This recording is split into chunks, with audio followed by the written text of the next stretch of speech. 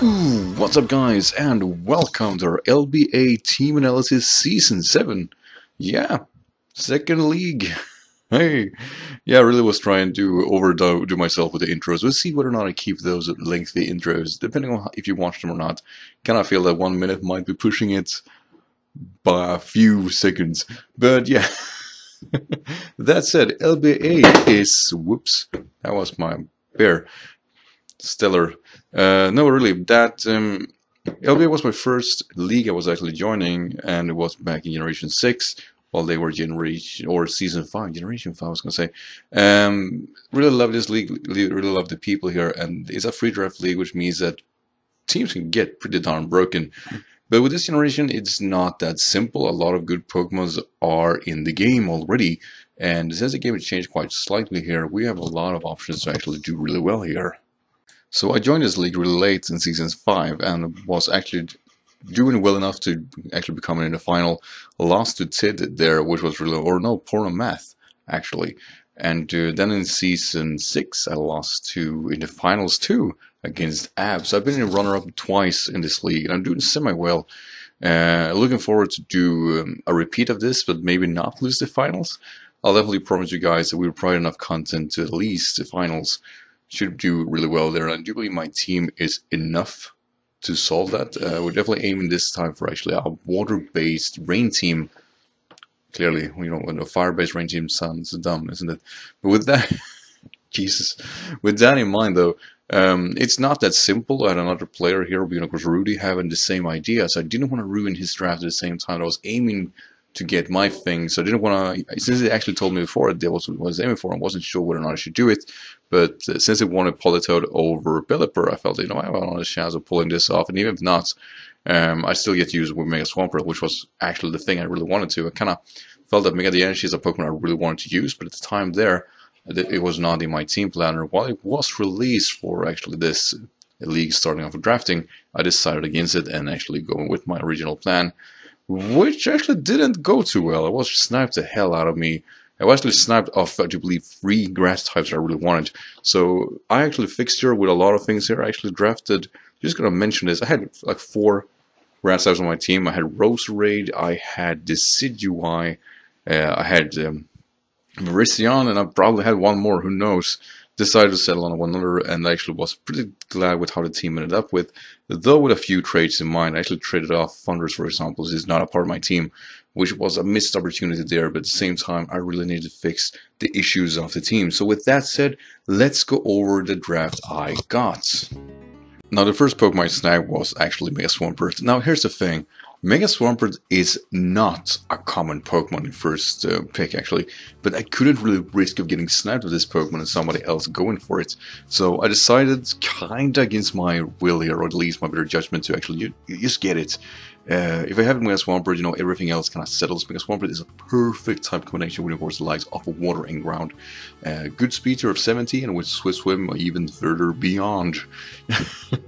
And just a really big powerhouse. I really like this Pokemon in general, and really, just as stated here, looking forward to using this environment. I really can't tell you guys too much about it. I mean, that is already stated. You know, it's a powerhouse that spam Waterfall, Earthquake, Ice Punch, and Superpower, and can actually, with its special move pull, do even further more damage. Will actually get access to Sludge Wave, which is really good against the likes of Tawabulu, who can defensively check it. So there are a lot of options here, and there are a lot of teams that struggle against it, should struggle against it. And yeah, there aren't that many drafts that deals with this Pokemon directly. They can pivot around it, and they can possibly whittle it down. But as a direct threat towards it, not many, if any. And that's really what I like Swampert. It's one of those Pokemon that stands out just as a powerhouse alone. Now, my second pick here was Pelipper, and that's the same thing. Pelipper on its own is not necessarily that good. It gets Roost though, it gets Defog, it gets Hurricane, Hard from Jump.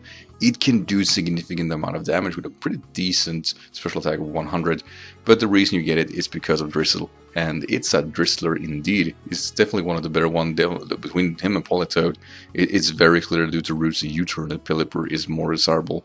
It's not a gimmick this generation because you can get out and Swampert actually getting, of course, switch from turn 1. So with that said, Pelipper, I'm really looking forward to using this Pokemon. I was looking towards whether or not I can get turned into Steve to the next matchup. or next pick I mean, but sadly I was missing out and got sniped actually before my turn, which sucked. There was when I actually drafted Thunderous, but I said it before, I didn't keep it due to different reasons of actually not being able to support it that well. So with that said, Pelipper, Standalone, just a really good Pokemon, and it really don't need to explain it much more than that. It's a Drizzler, and every rain team needs a Drizzler. So if I don't count Thunderous, my next pick was actually Latias. Now, I was debating, to snag Kingdra, but sadly it did went kind of early, and at the same time, the other person, Rudy, that I was talking with, was gonna get Kingdra no matter what, and I really couldn't do that to him. I was definitely avoiding that if anything. And with that in mind, Latias did make sense. I really did want Latios originally.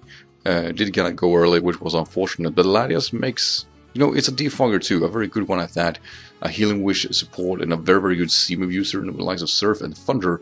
While not as heavy damaging as Latios, it still can do damage. 110 special attack still is kind of good, and recovery and stuff like that. Latios as a standalone Pokemon is a very, very good Dragon Pokemon, and if I'm gonna get any Dragon, it's going to be probably this.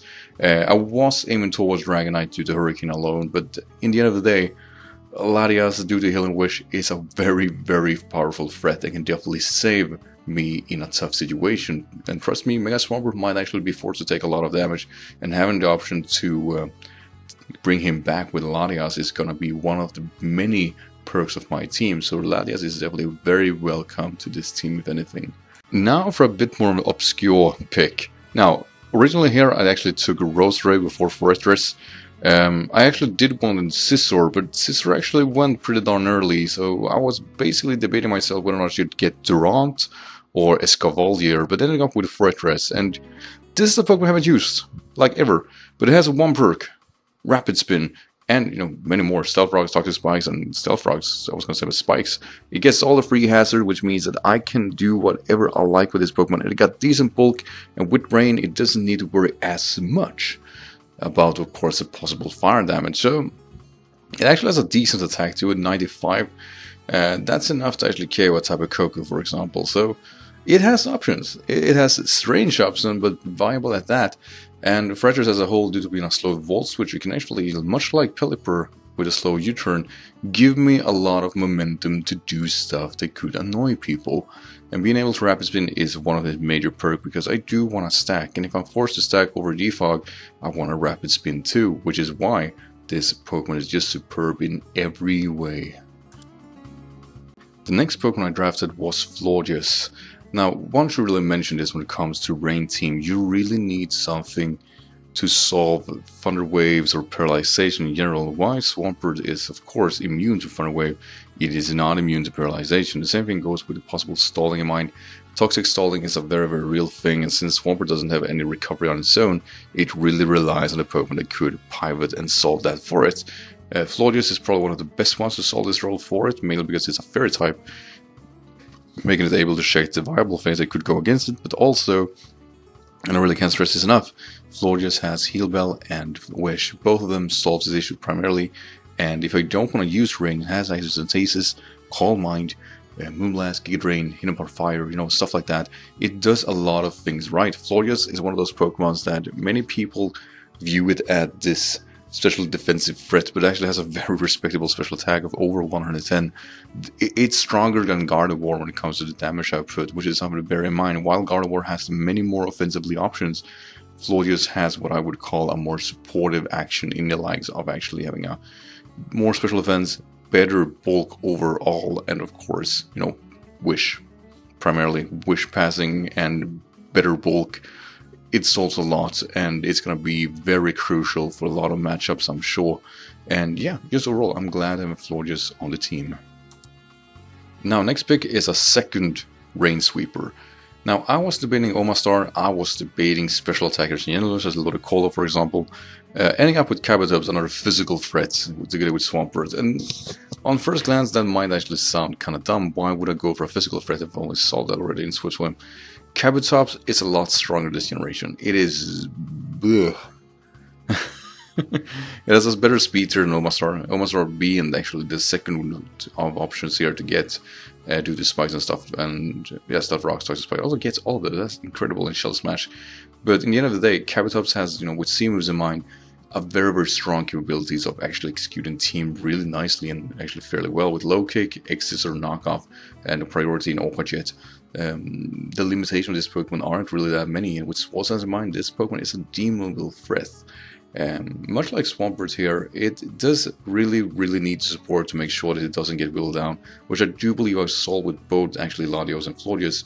But as stated before, Kabutops is a small niche for a team that definitely do need a range to be functioning properly. So his won't be in every match, but definitely will be in matches where he will be teamable and viable, which I believe are any matchup where they can take a continental crush, which should be pretty much all of them. But quite frankly, Kabuto is a very scary switch swimmer, and yeah, looking forward to use it. Definitely an underrated Pokemon in Rain Team overall.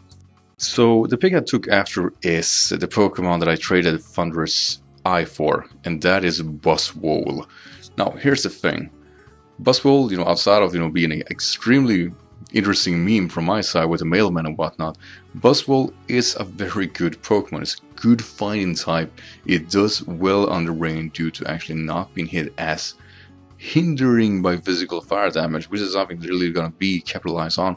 But that's not the main reason I pick it. I pick it because it solves EQ. Now here's the thing with teams.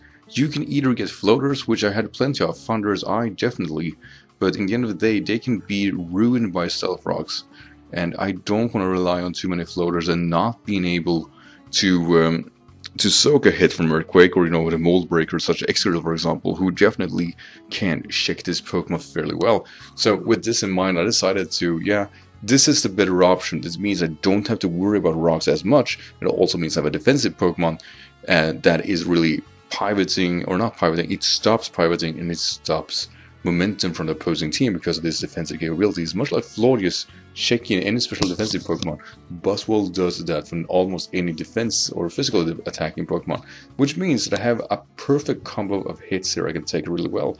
And yeah, just overall, Buzzwole is a very good Pokemon. I like it a lot. I think it's one of the best Pokemon introduced in this generation, and I think it's very underrated, so I'm really glad I got that on my team, if anything. My next pickup here was Gengar. Now, it should be said that this was my number 9th round pickup, so I have 2 more Pokemon to talk about that got traded into the team afterwards. That said, Gengar, very late pickup, and definitely thanks to Villa, another player here who was actually going to draft it before me. He actually let me get it, cut me some slack actually. He sniped me a lot of times in this draft league, so I was really happy that he cut me some slack and that I could get this Pokemon. I really needed it. I was looking for other ghost types at the time, but really this is definitely something I need. A stationary poison type, which while a few people might actually point, Levitate was the absolute peak of Gengar, I deem to differ, or at least I can choose not to.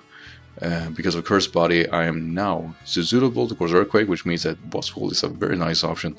But trust me when I say this, and I really can't stress this enough, the main perk of Gengar here is actually that I do get rid of Toxic Spikes and can deal with possible bulky mons a lot better for the ones that check Swampert, primarily like Cresselia, but also Tangrowth, Ferrothorn.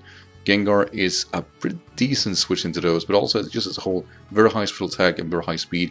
It does deal with its primary issues really well, and it does solve a lot for a team that's kind of struggle with. So having this kind of a denter and monster in my team is definitely going to be overall extremely helpful. And I'm glad to have this Pokemon on my team. I definitely was looking forward to something like that, and I'm glad I got it. So the next 2 Pokemons are Pokemon that I got afterwards, and they're really Pokemon I was looking to get, or at least one of them. But that should be said, I dropped Virizion for the next Pokemon that comes here. And that is Sceptile. Now, Sceptile is a Pokemon I do believe is very underrated. In League, most certainly, a lot of bulky grass types is definitely what you want, not these physical weird Pokemon. What are these? But yeah, Sceptile is one of the best ones around, and with Unburden, probably even better than most. Outside of that, it has a very decent move overall, but you only usually need Leaf Storm, Giga Rain, and Focus Blast. You should be just fine with it part of Ice if you want to have a filler move or Fire. But yeah, as a whole, Sceptile, due to its very strong speed tier and special attack and decent physical attack, it is one of those Pokemon that can solve a lot of roles. It also has Pursuit, and it has Leech Seed Sub, which is one of the nastiest variants of of this Pokemon you can find. I really like the Sub-Leech Sceptile with Protect. It's one of those Pokemon that, you know, why do it even exist and why does it work? I don't know, but it does. I love it. So yeah, Sceptile really was a Pokemon I was looking forward to over Virizion. I can only get Virizion when I got Buzzwole. Or, I mean, as I got Buzzwole, I can only get Sceptile due to it. So I'm really glad I got it on my team. And I'm looking forward to using it. This is definitely a Pokemon that I do believe fits almost any matchup. It is whether or not it's more viable than the other picks I've gotten. That said, you can always expect Sceptile to be a part of my team. Now for my last pick, I got Silvally. And this is a very interesting Pokemon indeed.